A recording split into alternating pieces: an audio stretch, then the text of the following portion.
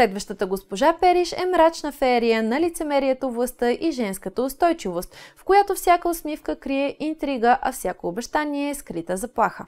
Амбър, свикнала с вкуса на лукса, вижда как привилегията й се изплъзва заедно с мечтите, градени върху богатството на съпруга и Джаксън, попаднал в затвора след укриване на данъци.